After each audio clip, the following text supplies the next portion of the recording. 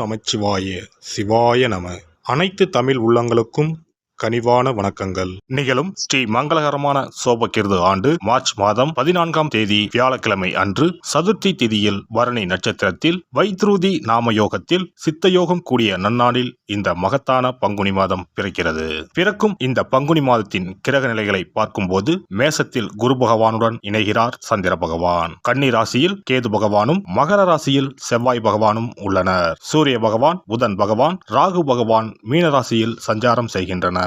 கும்பராசியில் சனி பகவானுடன் சுக்கிரன் உள்ளார். இம்மாத கிரக பெயர்ச்சி என எடுத்துக்கொண்டால் செவ்வாய் பகவான் மகரத்தில் இருந்து கும்பராசிக்கு பெயர்ச்சி அடைகிறார். சுக்கிர பகவான் கும்பத்தில் இருந்து மீனராசிக்கு பெயர்ச்சி அடைகிறார். சந்திர பகவானை பொறுத்தவரை மேசத்தில் ஆரம்பித்து 2.25 நாட்கள் வீதம் 12 ராசிகளை கடந்து ரிஷபத்தில் அமர்ந்து பலன்களை தரப்போகிறார். இம்மாத சிறப்பாக குரு பகவான் நீச நிலையில் இருந்து வக்ர நிலைக்கு மாறுகிறார். இதன் காரணமாக உச்ச பலன்களை அள்ளித் தரப்போகிறார் குரு பகவான். இந்த கிரக அமைப்பினால் உங்கள் வாழ்வில் ஏற்படக்கூடிய சுப மற்றும் அசுப பலன்கள் என்ன என்பதனையும், அசுப பலன் ஏற்படுமாயின் ராசிக்காரர்கள் செய்ய வேண்டிய பரிகாரம் என்ன, வழிபட வேண்டிய தெய்வம், வழிபடும் முறை என்ன என்பதனை பற்றி விரிவாக காண்போம். பிறக்கப் போகும் இம்மாதம் உங்கள் வாழ்வில் வளமும் நலமும் செல்வ செழிப்பும் பெற்று வாழ்வின் உயரிய நிலையை அடைய எல்லாம் வல்ல எம்பெருமானை வேண்டி விரும்பி கேட்டுக்கொள்கிறேன்.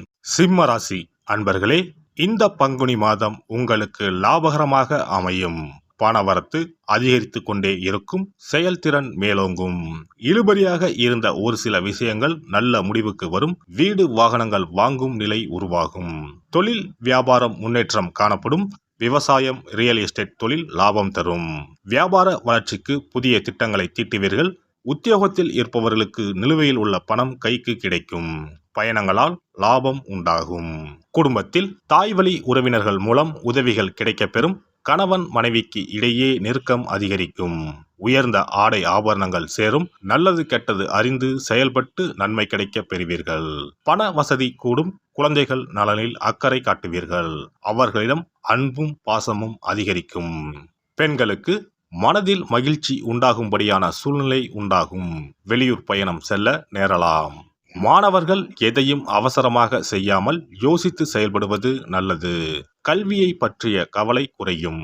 கலைத்துறையினருக்கு அனைத்து வகையிலும் நன்மைகள் கிடைக்கும். நீண்ட நாட்களாக இருந்து வந்த சுணக்க நிலை மாறும். வீண் வாக்குவாதங்களை தவிர்ப்பதும் நன்மை தரும். அரசியல் துறையினருக்கு எடுக்கக்கூடிய ஒப்பந்தங்களை நன்றாக ஆராய்ந்து முடிவுக்கு வர வேண்டும். வெளிநாட்டு ஒப்பந்தங்களை கூட பெறுவீர்கள். லாபம் பெருகும். மேலிடத்தின் கனிவான பார்வை கிடைக்க பெறுவீர்கள். நட்சத்திர பலன்கள். மகம் நட்சத்திரம். இந்த மாதம் தொழில் வியாபாரத்தில் இருந்த போட்டிகள் விலகும். கடன் பிரச்சனைகள் தீரும். ஆர்டர் பிடிப்பதில் இருந்த கஷ்டம் குறையும். உத்தியோகத்தில் இருப்பவர்கள் எளிதாக பணிகளை செய்து முடிப்பார்கள். மேல் அதிகாரிகளின் ஒத்துழைப்பு கிடைக்கும். பூரம் நட்சத்திரம். இந்த மாதம் பாதியில் நின்ற வீடு கட்டும் பணியை மீண்டும் தொடர்வீர்கள். சிலர் புதிய வீட்டிற்கு குடிபுகுவார்கள். கணவன் மனைவிக்கு இடையில் திடீரென கருத்து வேற்றுமை உண்டாகலாம். பிள்ளைகள் கல்வியில் முன்னேற்றம் அடைய தேவையான உதவிகளை செய்வீர்கள். உத்திரம் 1ஆம் பாதம். இந்த மாதம் மற்றவர்களிடம் கவனமாக பேசுவது கருத்து வேற்றுமை வராமல் தடுக்கும். வீண் அலைச்சல் குறையும். மாணவர்களுக்கு கல்வியில் முன்னேற்றம் அடைய தேவையான உதவிகள் கிடைக்கும். விளையாட்டு போட்டிகளில் பங்கேற்கும் போது கவனம் தேவை.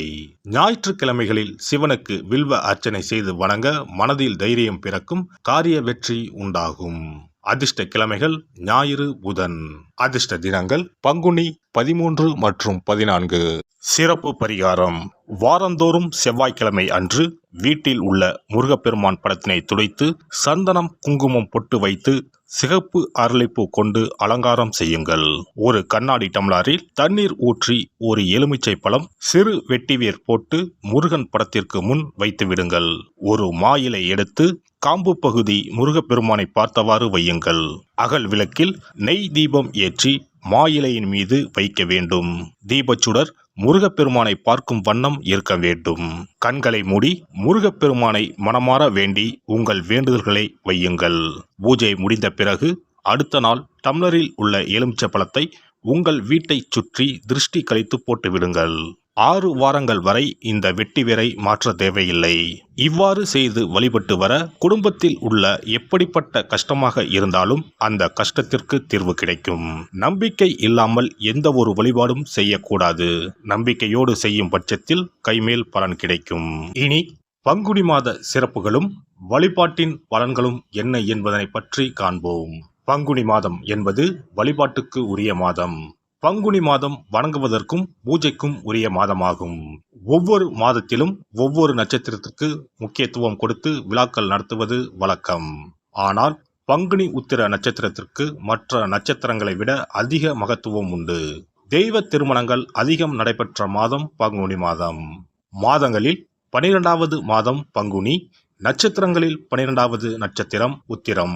12வது மாதமான பங்குனியும் 12வது நட்சத்திரமான உத்திரமும் இணையும் புனித நாள் பங்குனி உத்திரம் என்று கொண்டாடப்படுகிறது. எனவே பங்குனி மாத உத்திரத்தின் சிறப்புகள் அதிகம். பங்குனி உத்திர நாளில் அனைத்து ஆலயங்களிலும் சிறப்பு வழிபாடுகள் நடைபெறும். கிராம கோவில்களில் அக்னி சட்டி ஏந்துதல், பூஜைகள் விமர்சையாக நடைபெறும். எண்ணற்ற ஆலயங்களில் சுவாமி அம்பாள் திருக்கல்யாணம் நடைபெறும். சிலருக்கு கைகூடாமல் திருமணம் தள்ளி போனால் பங்குனி உத்திர நாளில் விரதம் இருந்து இறைவனை வழிபட்டால் வெகு சீக்கிரம் திருமணம் கைகூடும் என்பது ஐதீகம். அதோடு காதலிப்போர் மனதுக்கு பிடித்தவரை கரம் பிடிக்கவும் பங்குனி உத்திர விரதம் இருப்பது மிகுந்த பலனை கொடுக்கும். பங்குனி உத்திரம் கல்யாண விரதம் என்றும் அழைக்கப்படுகிறது. 8 வகையான மகா விரதங்களில் கல்யாண விரதமும் ஒன்று. ஆகவே இந்த நாளில் திருமணம் ஆகாத இளையோர் விரதம் இருந்து தமக்கு நல்ல வரன்கள் கிடைக்க வேண்டும் என்று சிவபெருமானையும் பார்வதி தேவியாரையும் வேண்டுவது நல்ல பலன்களை பெற்றுத்தரும். இத்தினத்தில் மேற்கொள்ளும் விரதம் மிகவும் விசேஷமானது. நீண்ட நாள் ஒற்றுமையுடன் வாழ விரும்பும் தம்பதியர் விரதம் இருந்து சிவனுக்கும் சிவ பார்வதிக்கும் அபிஷேகம் செய்வார்கள். இந்த விரதத்தை முருகனை வேண்டியும் செய்யலாம். அதோடு அன்னதானம், வஸ்திரதானம் செய்வதும் சிறப்பானது. ஜாதக தோஷத்தால் திருமணம் தடைப்பட்டவர்கள் வழிபாடு மேற்கொள்ளவும் சிறந்த நாள் இதுவாகும். செவ்வாய் தோஷம் காரணமாக திருமண தடைகளை சந்திப்பவர்களுக்கு பங்குனி உத்திரத்தன்று முருகனை மனமுருகி வணங்கினால் திருமண தடைகள் நீங்கி திருமணம் சுபமாக முடியும்.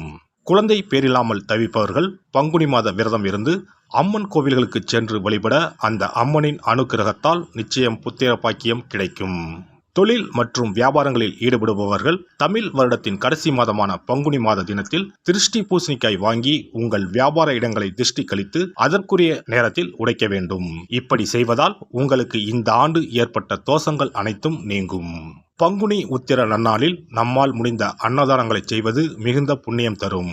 எலுமிச்சை சாதம் அல்லது தயிர் சாதம் அல்லது சர்க்கரை பொங்கல் என அன்னதானம் செய்யலாம். அதேபோல் நம்மால் முடிந்த அளவுக்கு மஞ்சள், சரடு, குங்குமம், கண்ணாடி என மங்கள பொருட்களை பெண்களுக்கு வழங்குவது விசேஷ பலன்களை கொடுக்கும். முருகப்பெருமான் நமக்கு இதுவரை இருந்த காரிய தடைகள் அனைத்தையும் களைந்து நமக்கு நல்வழி காட்டி அருளுவார். பங்குனி மாதத்தில் அனைத்து நாட்களிலும் கோவிலுக்கு சென்று வருவது மிக்க பலனை தரும்.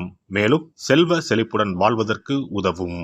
எல்லாம் வல்ல இறையருளால் நீங்களும் உங்கள் அன்பு குடும்பமும் உடல் நலம், நீலாயுள், நிறை செல்வம், உயர் புகழ், மெய்ஞானம் ஓங்கி வாழ்க வளமுடன். இந்த வீடியோ பதிவு உங்களுக்கு பிடித்திருந்தால் லைக் பண்ணுங்க, கமெண்ட் பண்ணுங்க, ஷேர் பண்ணுங்க, மறக்காம சப்ஸ்கிரைப் பண்ணுங்க, பக்கத்துல இருக்கிற பெல் பட்டனை கிளிக் பண்ணுங்க. நன்றி, வணக்கம். ஓம் நமச்சிவாய. சிவாய நம.